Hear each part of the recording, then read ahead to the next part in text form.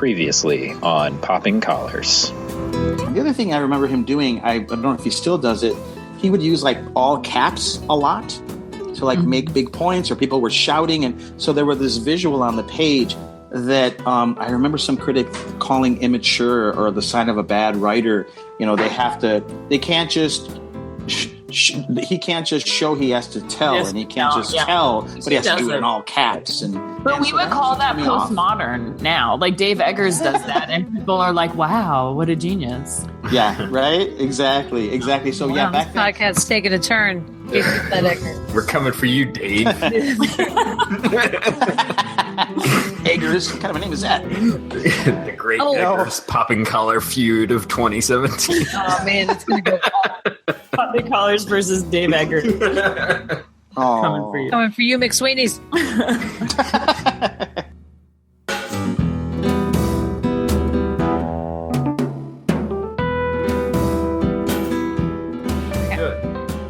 Welcome to episode 73 of Poppin' Collars, the podcast that lives at the intersection of faith and culture. I'm Betsy, and I live in Alexandria, Virginia, where I serve as head chaplain at the Episcopal High School. With me today are two of my co-hosts. Greg, where are you? What are you up to?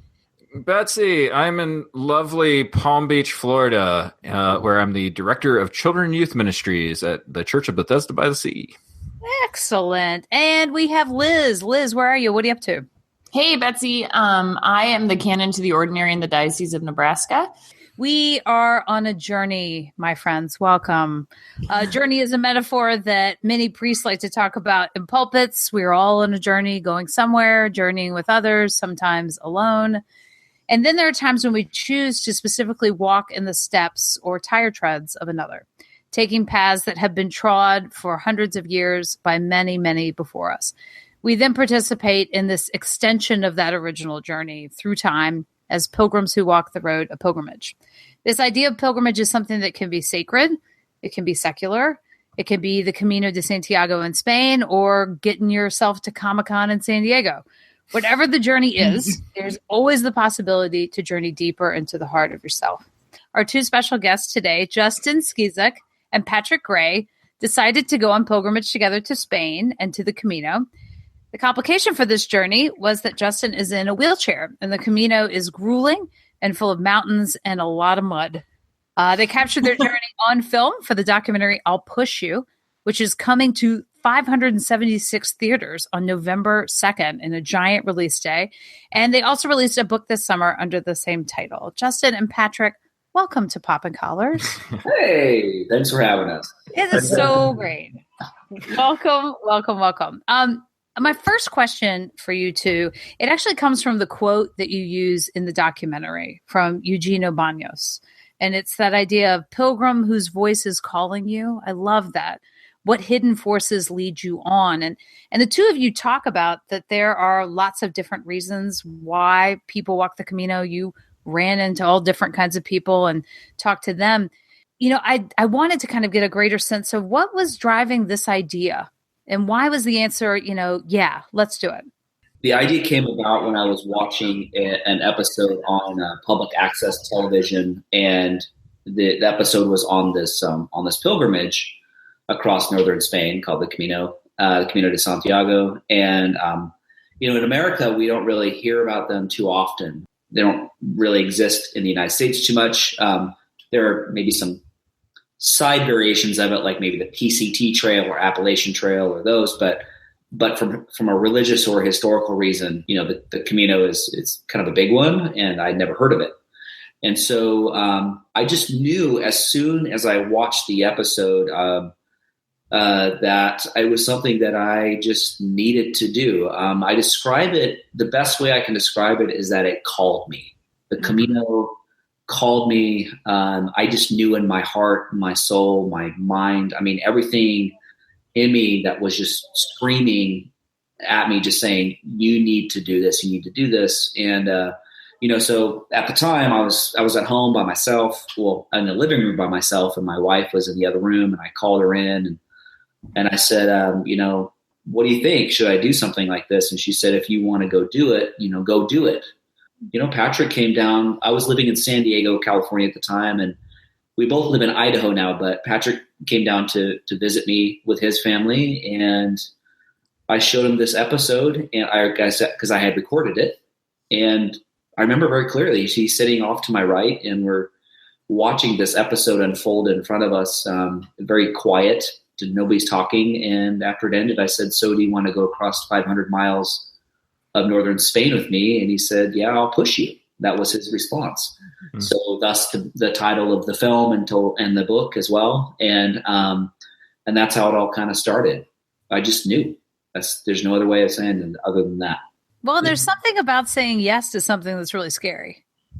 Yeah. Yeah. It's an opportunity to be pushed. I mean, in my case, it was physically pushed and literally pushed, but also to be emotionally pushed and spiritually pushed and psychologically pushed and kind of everything in between. And so, I always kind of look at them as opportunities to grow. Yeah, I think you asked a great question. That whole that line, who's calling you, right? At the beginning, my call, if you will, the drive was just shared adventure with my friend. And I think a lot of really cool things in life start there. But for me specifically, and I've met a lot of people who would, have had similar experiences where the call evolves. Mm-hmm. You might have an experience, you might have a situation where something specific engages you in a story or in someone else's story. And there's a why, if you will, the reason behind why you do something, and for me, it was initially just that shared adventure element. But as the journey unfolded, that voice evolved significantly throughout different steps. And life is that way. For me, it's there's always something new around the next corner, and that opportunity for a voice to call you to change. That's one of the cool things about the journey of life, or a journey of this nature, is that what began as a shared adventure really turned into an opportunity for a lot of self-discovery, a lot of self-actualization, a lot of recognition of demons that I faced, and a spiritual awakening, if you will, or maybe awakening is not the right word, but maybe more just realizing the beauty that exists in so many people that I had not necessarily appreciated. Just because we're so distracted in life, we're so distracted with the various things in our day-to-day that prevent us, or we allow to distract us from the opportunities of engaging with people in beautiful, I would say, divine ways every single moment of our lives. What I was hearing you say, Pat, was this idea that something was getting exposed, like you were being exposed to something that you didn't quite know. I like the thing about pilgrimage is that you have these expectations before you go. And you're so right. The pilgrimage starts as soon as your brain says, let's do it. But then when you're out on the trail, all of a sudden you're exposed to care and support and stuff like that from people that you don't know, but it's part of the life there. And all of a sudden, like, you see humanity and you see yourself in a different way. When we allow our stories to collide with other people, that's when the beauty of life can happen. Whether it's good stuff, hard stuff, painful stuff, or those moments where you're just celebrating, like the birth of a child or a friend's wedding, whatever it may be, but you allow the emotions and the intensity of those situations to draw you together. You begin to see yourself reflected back at you through the eyes, the ears, the mouths, the hearts and souls of your people you live life with. And you begin to understand more of what you're capable of as you witness what other people are capable of. But, for the most of us that go on a pilgrimage of some sort, whether if it's on the Camino or other ones, it's a chance to strip away all of the busyness of life, all of the things that are dragging you down or distracting you from what I think we actually are called here to be here on earth is to be hands and feet for one another, to love one another despite all of our faults, and to seek to understand, and hopefully throughout that, maybe share our understanding through the process. Mm-hmm. Like we were traveling back recently, and we were in an airport. I can't remember where we were, Denver, I think, and we saw a woman next to us sitting by herself eating dinner. On the pilgrimage, that doesn't happen. Everyone eats together. Yeah. And so, she's sitting next to us, and I said, to join us. Like, I have no idea who this lady is. Like, I have no idea, and I never would have done that prior to the pilgrimage. And it was really great. We got to have a really great conversation with her. And she was actually from Idaho, northern Idaho, and had this really great kind of life that she did and kind of aspects of life. And that's what I love about some of the lessons that we've learned. That's just one little one. For those who are listening, the Camino is frequently talked about as being broken apart into 3 segments. You have the first stretch is physical, as your body's being acclimated to this new way of life for the next month or so.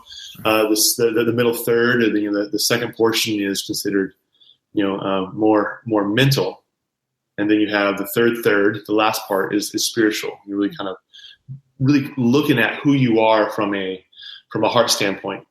And for me, the mental and the spiritual kind of overlapped a bit in the Meseta, where there was this stretching of my soul that really kind of ripped apart who I was and opened up a lens that looked at who I was versus who I wanted to be. I had left at home a job that was waiting for me, a very stressful environment that really had consumed me. I should say I had allowed it to consume me. And my family had suffered pretty remarkably. I had been very neglectful, very dismissive, very distant. And I'd given my children and my wife a reason to question my love for them. And in that desert stretch, I saw in a moment of just, I don't know how to describe it, just a moment where it's almost like, even though I could see where I was walking down the trail, there's just millions of tiny TV screens behind my eyes, just showing me every moment that I had failed my wife and my kids. Mm. And it hit me all at once. It was just like a tidal wave of grief and anger at who I was, and pain and disappointment, and just recognition of lots of moments of failure. Man, there was no hiding from it. There was no way to escape who I was. And that's one of the beauties of pilgrimage, is that you get to a point where you can no longer hide from yourself. And we get into a little albergue, and I bust out our iPod or iPad, and I make a Skype call to my family, hoping that they're awake. And my kids answer. They're excited. We say hi. I apologize for stuff they're not even processing why I'm apologizing, but I needed to tell them I'm sorry, right? But then my kids leave, and it's just my wife and I. But I just told her, I said, honey, I'm so sorry for all the times I've broken your heart, and I know there have been many. And she said, if you never broke my heart, how would I learn to love you more? Mm.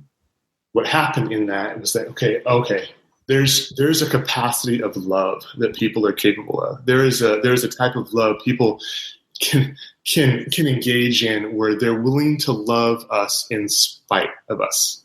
Not the good, but all, right?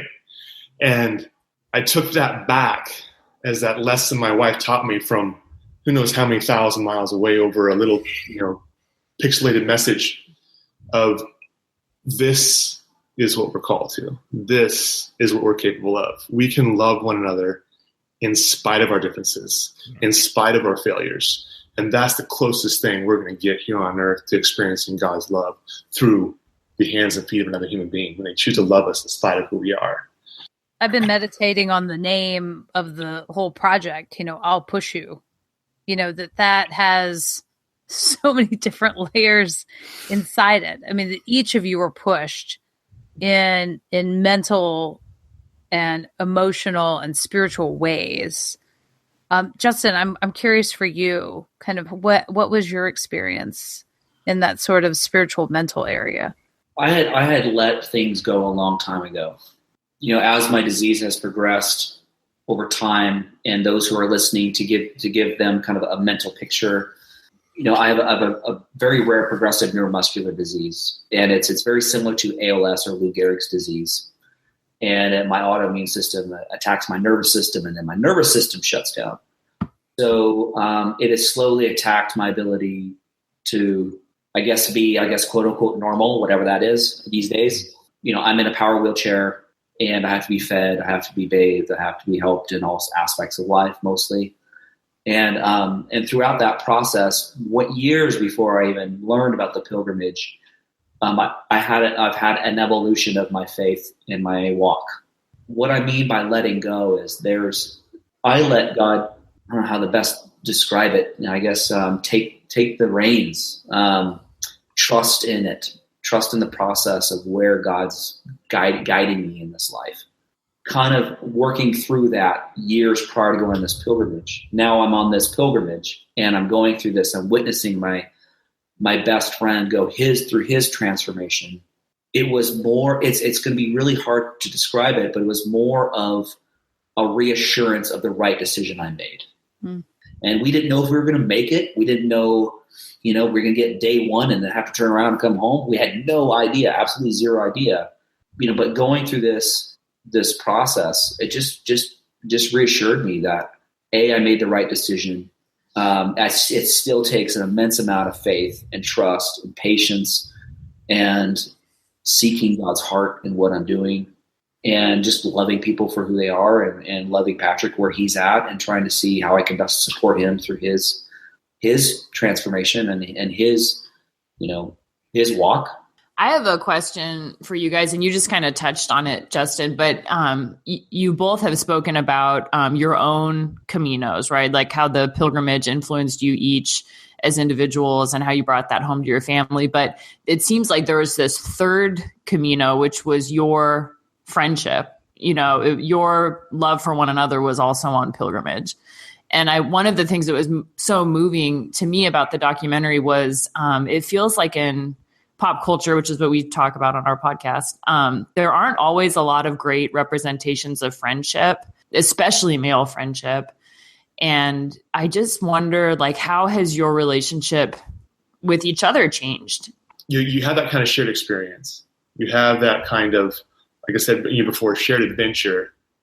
And then a relationship that is really grounded in pretty brutal honesty, intentionality, and pursuing time, energy, space, ideas together. His I wonder, questions are mine, and likewise mine are his. My adventures are his adventures are mine. My spouse is his friend. His wife is my friend. We look at all these different elements of who we each are as individuals, and we make those things a part of our lives as a collective. But the intensity of intensity of each of those individual dynamics are stronger. There's not anything new. It's just more depth, more full. Yeah. Mm-hmm. Does that answer your question?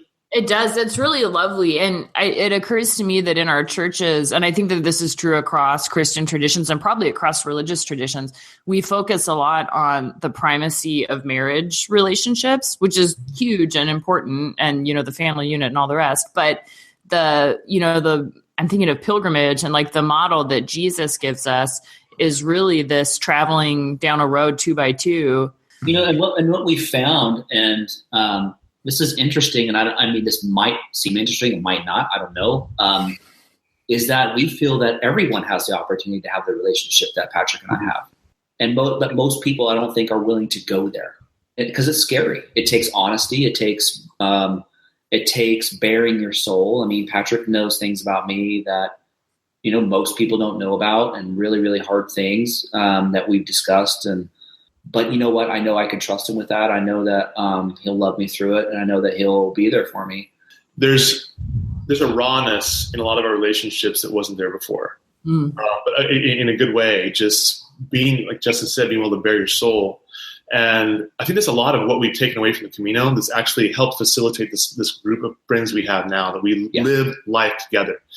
And what it comes down to is that I'm always a little nervous to say this when I'm speaking with people in the church, because I never know how it's going to be received. But I'm going there. We're Episcopalians. It's kind of like, it's fine. Whatever it is, it's fine. I know where he's going. Don't worry. Yeah, there is a very damaging stance the church has taken for years, and it is position religion over relationship. And Jesus chose relationship every single time. And when we embrace that, those relationships, they just change. There's just a nature to them where you just want to pursue that kind of engagement and that love so much more. And you mentioned the marriage dynamic earlier. We talk about our friendship and our friendship with other individuals. There's so many of the marriage dynamics actually are at play in our relationship. Yeah.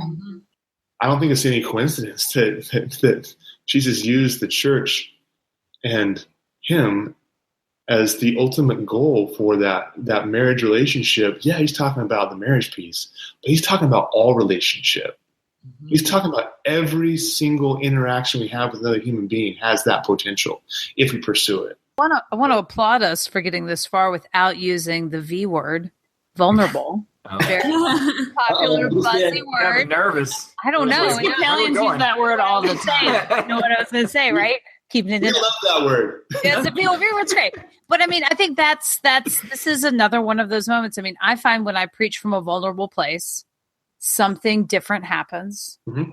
Not a place I don't have a handle on, but a place that I'm able to share. It connects and it lands in a completely different way. When you all are living this life out of these vulnerable places, I mean, Justin, your vulnerability, you were not shy about having you be filmed. I think that you put your own physicality in how you live your life and shared that openly with others. And then Pat, you did the same thing. I'm sorry that you all had to see my butt crack at least 3 times. Listen. I was worried it was going to affect the rating of the movie. I was worried. And I'm shirtless half the time. How did I get screwed? I don't know how I got screwed. Yeah. Hey, so I walked a part of this thing. So we did the same the same trail. It was a very small hey, listen. But you had a bunch of children with some teens. See, and that's the degree of difficulty. I took teenagers with me. See, so you got to push Justin, Pat, but I had to take teenagers on the Camino. I have teenagers myself. I'm out. So we did the last. So we did the last 110 kilometers. So we started in Sarria. But what I remember about the Camino is that there were a lot of bikers that almost ran over us and would shout Buen Camino as they were about to hit us. And the other thing that I remember is at some point on the journey, every single one of the people in our party said that they wanted to quit. Did you ever doubt yourself on this journey? Like, was doubt a big part of your journey? No. We had a day 27. Day 27 was probably our lowest point, and it's not captured on film. It's right after Cruz de Fierro, and it's kind of like that's the second mountain pass we went over, and kind of heading up towards Osobero, which is the third mountain pass. And in a nutshell, we found ourselves alone that day. For weeks on end, we've had people help us in and out. And Pat basically found himself halfway up, not himself, us. We were you were with me. We were together. Together. Halfway up this kind of long hill, and his body was giving out. I mean, his tank was running out, and if not on empty. And there was a moment where we felt, okay, do we need to throw in the towel for the day? It was never give up on the journey, never give up on, we're not going to, we're never going to end this thing, or, not going to finish. It was more like, okay, should we give up for the day and rest? And lo and behold, after the second attempt, a lone pilgrim came along, and her name was Victoria. She's from Australia and lives in the UK.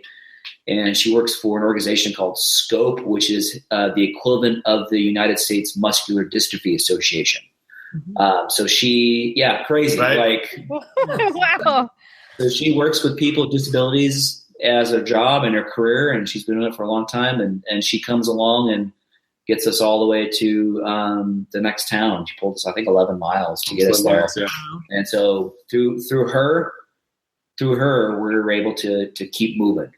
It ultimately leads to conversations about what you said before about vulnerability, the V word, right? Mm-hmm. We truly believe that our ability to embrace those vulnerable moments and really let ourselves out there are moments of our greatest strength. Not because we've had the strength to shed everything. There's an element of strength that has to be embraced in order to be vulnerable. But once you are, and you find those few people you can trust with those vulnerabilities, now you got someone who can pick up that burden you can't carry, or someone who augments you where you're weak. And now this collective unit is monumentally stronger than any individual can be. And that's the beauty of what church should be. Mm-hmm. Not always what it is. Yeah. But that is what, I mean, it should be a building or a group of people or a society where people know that, okay, no matter what kind of crap I've faced or things I've done or pain I have experienced, I know these people have my back and they help me overcome the next mountain. Yeah. It's beautiful. Yeah. Because you're like, you know what? I'm not doing this alone. I am not going to do this alone. I'm going to invite everyone into my pain and walk this journey with somebody.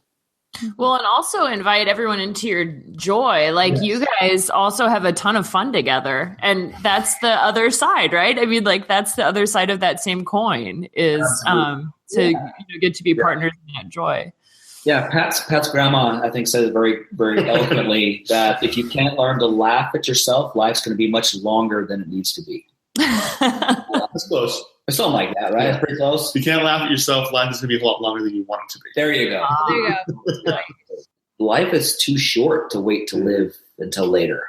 We can get so used to just get, this carrot at the end of this work life that we live, like, when you're 65 or 70, you can finally, start enjoying life and traveling and doing, and I wholeheartly disagree with that. You can do all that stuff now. You just have to put your mind to it and go enjoy it. That's what we have in this life, is to live it. That's cool. I loved what Patrick said earlier, this idea that the Camino presents you something physical, something mental, something spiritual. When I think of threes, and I think of scripture, I always think of this, especially when it comes to pilgrimage. You think of the whole eternity, Greg? No, I'm thinking of Jesus calling himself the way, the truth, and the life, right? And how the way presents itself as like this physical sort of trail for you to walk. And the truth is the mental aspect that's going to carry you forward. But the life is that spiritual place where you ultimately are going to come out, right? And what you're ultimately going to take with you back into your world as you're shopping your documentary all over the country and stuff like that. Like, that's your life, right? And you take those first two and you apply it to that third thing. So yeah, good for you.